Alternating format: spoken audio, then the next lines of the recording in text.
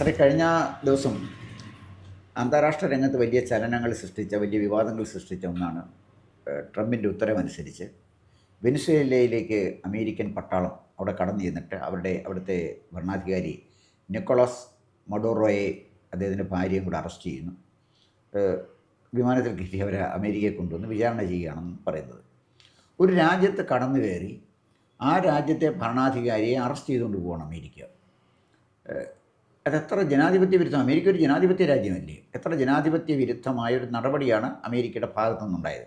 അതിൻ്റെ വിവിധ വശങ്ങളുണ്ട്, അതിലേക്ക് ഞാൻ പോകുന്നില്ല. ആ നടപടിയെ അംഗീകരിക്കുന്നുണ്ടോ? ഏത് സാഹചര്യത്തിലാണ് ഇത് നടന്നത്? അതിനെക്കുറിച്ചുള്ള അങ്ങയുടെ ഒരു നിരീക്ഷണമാണ് എനിക്കറിയേണ്ടത്.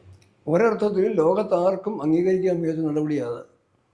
അമേരിക്ക ഒരു ജനാധിപത്യ രാജ്യം എന്നുള്ളതിനപ്പുറമായിട്ട് ലോകത്തിൽ ഒരു സമാധാനവും ശാന്തിയും നിലനിൽക്കുന്ന രാഷ്ട്രങ്ങൾ പരസ്പരം പരമാധികാരത്തെ അംഗീകരിക്കുന്ന വ്യവസ്ഥ ഉറപ്പാക്കുന്നൊരു സംവിധാനമാണ് ഐക്യരാഷ്ട്രസഭ.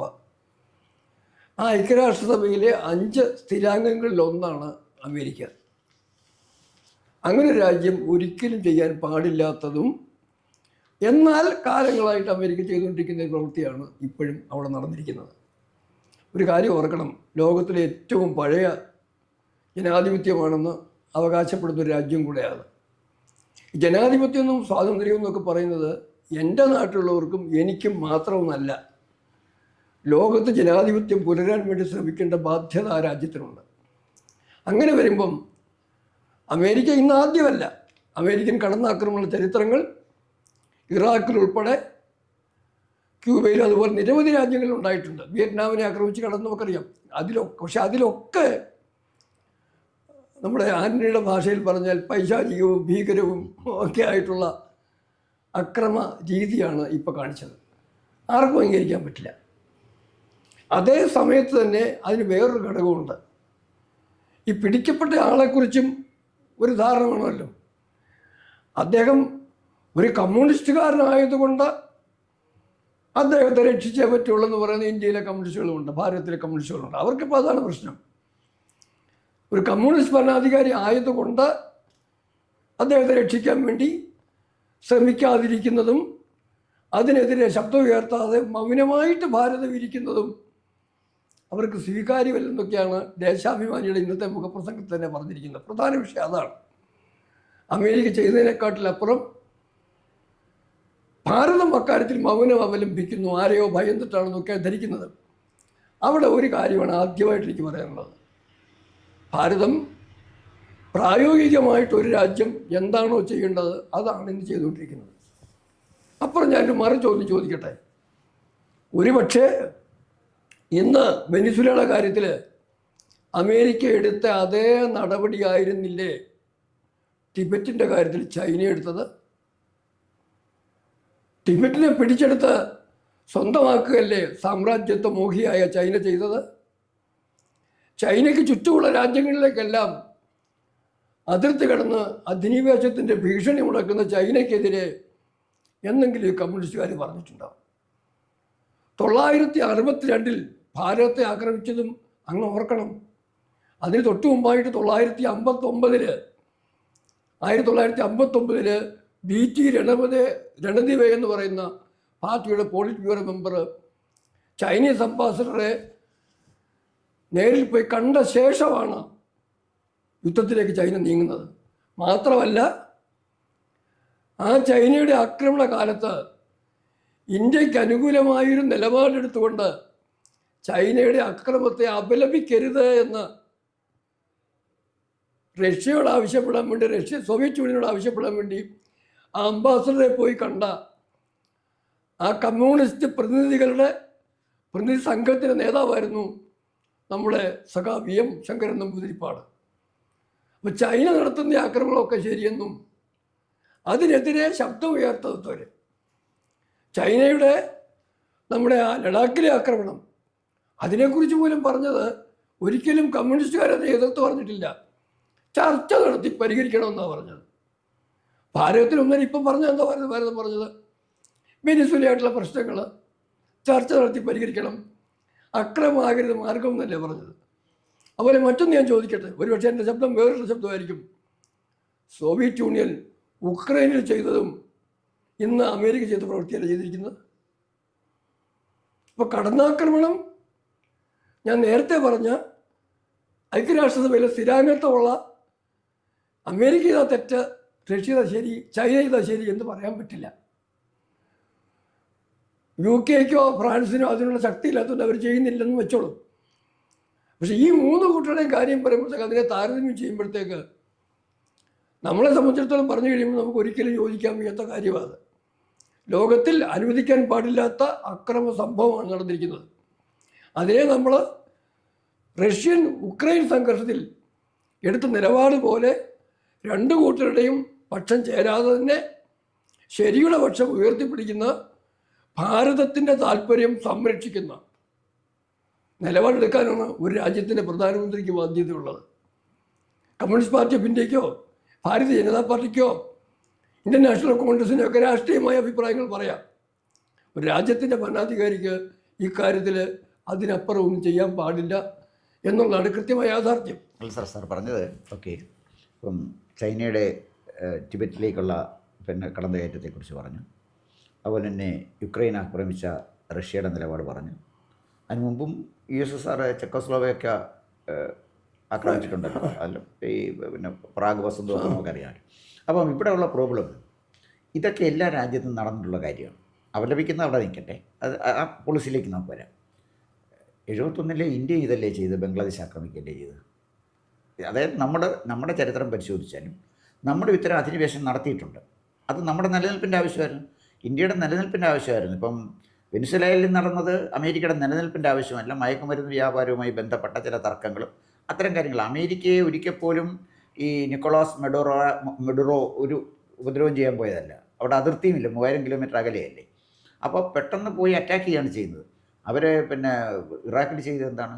അവിടെ ചെല്ലുന്നു, സദ്ദാം ഹുസൈനെ പിടികൂടുന്നു, തൂക്കിക്കൊല്ലുന്നു. അവിടെ ഒരു കോടതി എന്ന് പറഞ്ഞൊരു പ്രഹസനം ഉണ്ടാക്കി തൂക്കിക്കൊല്ലുന്നു. പക്ഷേ ഇതൊക്കെ ചെയ്യുമ്പോൾ ഞാൻ സാറിനോട് ചോദിക്കുന്നൊരു കാര്യം, അമേരിക്കയുടെ അധിനിവേശം എല്ലായിടത്തും പരാജയപ്പെട്ടിട്ടല്ലേ ഉള്ളൂ. ഉദാഹരണത്തിന് വിയറ്റ്നാമിൽ 10-25 വർഷം നീണ്ടു നിന്നില്ല. വിയറ്റ്നാം എത്രയോ ചെറിയൊരു രാജ്യം, തോറ്റു തുന്നം പടി അവിടെ നിന്ന് പോരേണ്ടി വന്നില്ല. എത്രയോ അമേരിക്ക പട്ടാളക്കാരവിടെ മരിച്ചുപോയി. അഫ്ഗാൻ അധിനിവേശം, അഫ്ഗാനിസ്ഥാനിൽ നിന്ന് അവർ തോറ്റാണ് പോയത്. അമേരിക്ക എവിടെയൊക്കെ പോയി തല കൊടുക്കുന്നുണ്ടോ അവിടെ നിന്നും ജയിച്ചു വന്ന ചരിത്രമേ അമേരിക്കയ്ക്കില്ല. വെനിസ്വേലയിലും വ്യത്യസ്തമായിട്ട് എന്താണ് സംഭവിക്കാൻ പോകുന്നത്? അല്ല, വെനിസ്വേലയുടെ കാര്യത്തിനകത്ത് ഒരുപക്ഷെ അമേരിക്കയുടെ പ്രോക്സിമിറ്റി കൂടുതലായതുകൊണ്ടും അടുപ്പം കൂടുതലായതുകൊണ്ടും തന്നെയല്ല, തെക്കൻ അമേരിക്കൻ രാജ്യങ്ങളിലെ അധിനിവേശം ഇനിയും നടക്കാൻ സാധ്യതയുണ്ടെന്നുള്ളത് കൊണ്ടും ഒരുപക്ഷെ പഴയ ചരിത്രം ആവർത്തിക്കണമെന്നില്ല. അതൊരു ഘടകം. മറ്റൊരു പ്രധാന ഘടകം എന്ന് പറയുന്നത്, അമേരിക്ക ഇപ്പോൾ യഥാർത്ഥത്തിൽ ആക്രമിച്ചിരിക്കുന്നത് വെനിസ്വേലയാണെങ്കിൽ പോലും അമേരിക്കയുടെ പരോക്ഷമായ ലക്ഷ്യം എന്ന് പറയുന്നത് ചൈനയാണ്. മനസ്സിലാക്കേണ്ട പ്രധാന കാര്യം, അമേരിക്കയുടെ നെയ്ബർഹുഡിൽ ചെയ്യുന്ന കാര്യങ്ങളുണ്ടല്ലോ, അത് തന്നെയാണ് ചൈനയുടെ നെയ്ബർഹുഡിലും ചെയ്യുന്നത്. തൈവാൻ്റെ കാര്യത്തിലാണെങ്കിലും ചെറിയ ഫിലിപ്പീൻസിൻ്റെ കാര്യത്തിലാണെങ്കിലും അങ്ങോട്ടൊക്കെ ഒരു കാര്യം സൂചിപ്പിച്ചല്ലോ. അമേരിക്ക വിയറ്റ്നാമിൽ പരാജയപ്പെട്ട കാര്യം പറഞ്ഞല്ലോ. ലോകവും പ്രത്യേകിച്ച് കേരളവും അധികം ചർച്ച ചെയ്യാത്ത വേറൊരു കാര്യമുണ്ട്. കമ്മ്യൂണിസ്റ്റ് വിയറ്റ്നാമിനെ ആക്രമിച്ചായിരുന്നു. അതെ, അവിടെ ചൈനയെയും അവർ നിലം തൊടാതെ തിരിച്ചൊഴിച്ച ചരിത്രം അവിടെയുണ്ട്.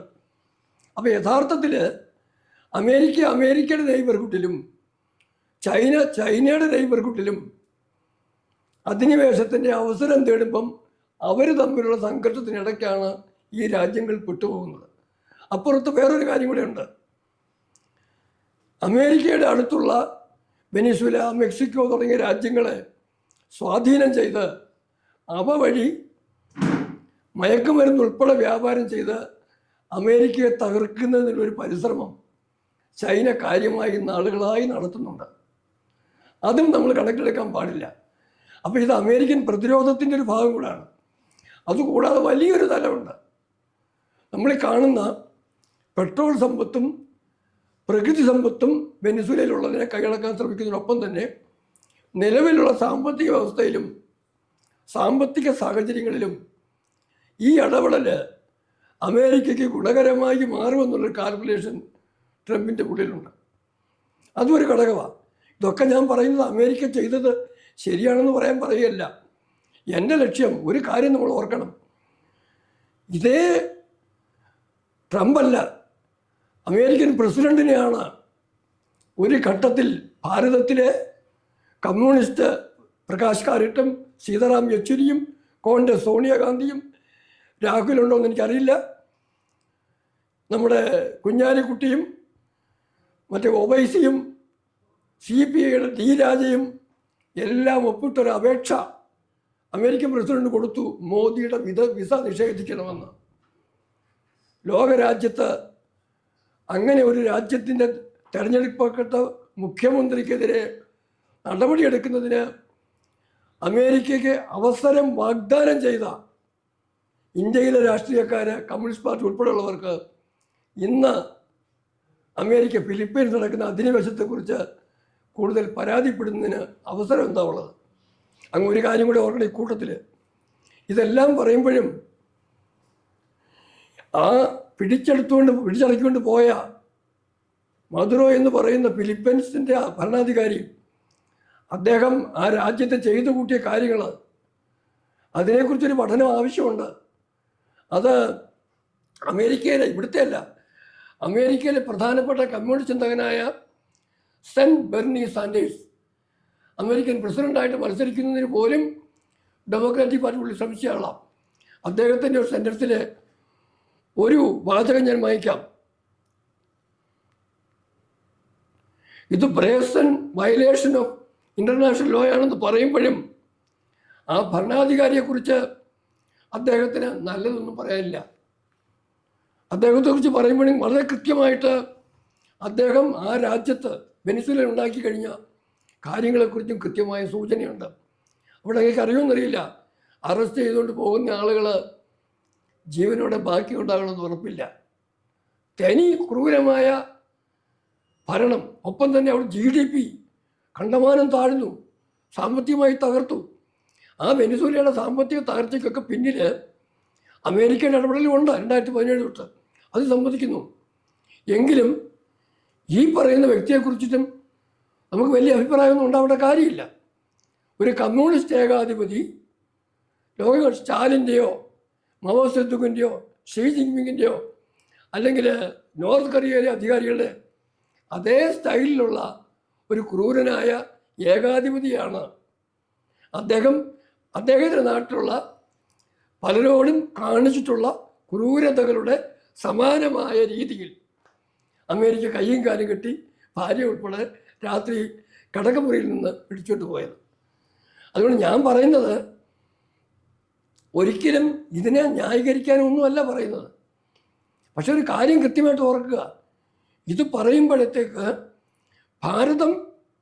ഭാരതത്തിനുള്ള രാഷ്ട്രീയക്കാർ, കമ്മ്യൂണിസ്റ്റ് ആണെങ്കിലും കോൺഗ്രസ് ആണെങ്കിലും BJP ആണെങ്കിലും ആരെങ്കിലും ചെയ്യേണ്ട കാര്യം, ഈ സാഹചര്യം നാളത്തെ ലോകരാജ്യങ്ങൾക്ക് ഒരു ഭീഷണിയാണ്.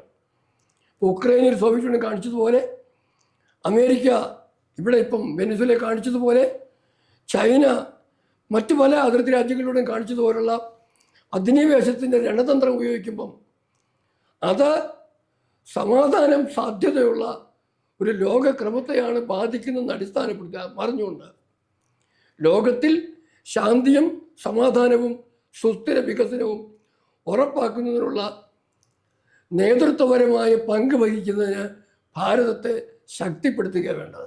പക്ഷേ ഇവിടെ വിളിച്ചിട്ട് പ്രശ്നം, ഇതിപ്പോൾ അന്താരാഷ്ട്ര ഒരു ഈ നമ്മൾ അതിൻ്റെ പൊളിറ്റിക്സ് നോക്കിയാൽ ഇതുപോലുള്ള ചില നിസ്സാരമായ കടന്നുകയറ്റങ്ങളാണ് സെക്കൻഡ് വേൾഡ് വാറിനും ഫസ്റ്റ് വേൾഡ് വാറിനും വഴിതെളിച്ചത്.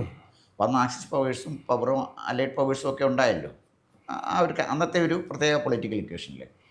ഇതിപ്പോഴേ അമേരിക്കയുടെ ഈ കടന്നുകയറ്റത്തിൽ പല ലോകരാജ്യങ്ങളും അസ്വസ്ഥരാണ്.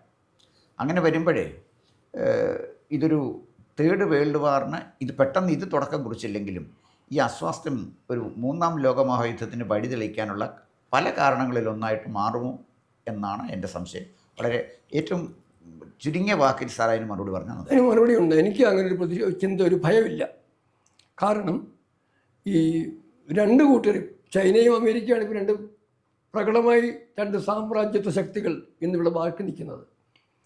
ചൈനയാണെങ്കിൽ ആ കോവിഡ് വൈറസ് ഉണ്ടാക്കിയിട്ട് ആ വൈറസ് മുഖാന്തരം ലോകത്തെ പിടിച്ചെടുക്കുന്നതിനുള്ള, ജനസമൂഹത്തെ ഇല്ലാതാക്കി ലോകം പിടിച്ചെടുക്കാനുള്ള തന്ത്രം ഇറക്കിയവരാ.